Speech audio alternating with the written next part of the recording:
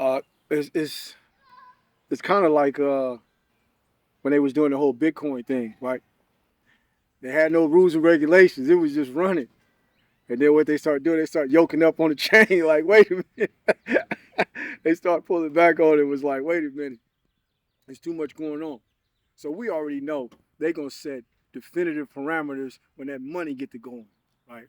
So money and how I feel, how you feel, that doesn't trump that bread, right? So there are no guidelines, there are no rules. It's all in the eyes of the beholder, right? They're making it up as they go. I seen something else about some kids that identify as a cat. So when they go to school, they meow, right? So what you do is you open up Pandora's box to your point to be like, I see myself as a gorilla, and every 2 hours in the midst of this class, I'm gonna get in the corner and walk on my joints and beat my chest, right? But technically, since you can just identify as something, they got to just roll with it and just let you go in the corner and do your thing, right? Which seems absolutely asinine. However, I would say like it's so new that they haven't established guidelines. Right now, they just fighting about who is what, right? How much of this do you think is actually like another form of like divide and conquer? I think it's 100% divide and conquer. It's the big propaganda machine. I believe 1,000% everything go back to the money, and And go back to the capitalism. money and go back to power. So if we can get the general public to scrape and scoundrel over what you want to be and all of that, then I could be pulling the old switcheroo on the other end, because there's other big initiatives that's taking place around the world. You know, the Ukraine and China. It's other Africa. It's other big shit that's going on.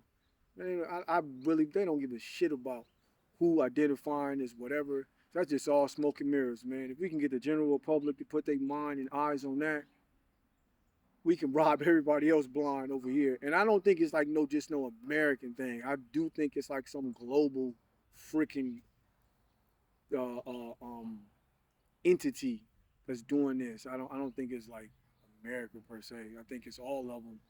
Whoever is a part of that fake ass Illuminati, just use that for lack of a better term, right? But I do think it's smoke and mirrors. You know, it's a straight herd mentality. It's a reason why it's leaders, it's followers, it's soldiers, it's generals. Because I'm pretty sure everybody that's hooping and hollering don't think that they the pawn. Nah, we the pawn for sure. We are the pawns. So we fighting over nothing, arguing and hooping and hollering. I want to be called this. I want to be able to do that and all this. That shit is so minuscule in the grand scheme of life. However, it goes back to perception. I'm big on perception because whatever you perceive it to be, that shit can be your absolute world, right? Don't mean shit to me.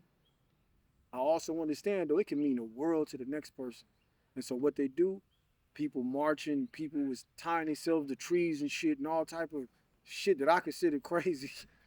However, people is free to do whatever they want to do, and then you get on to the whole psyche about why you even thinking like that, you know. And then what we do, we try to bogart our thoughts and our own priorities and our own culture onto somebody else, and that's when the clash come in at, right? It's like, nah, I mean, everybody could.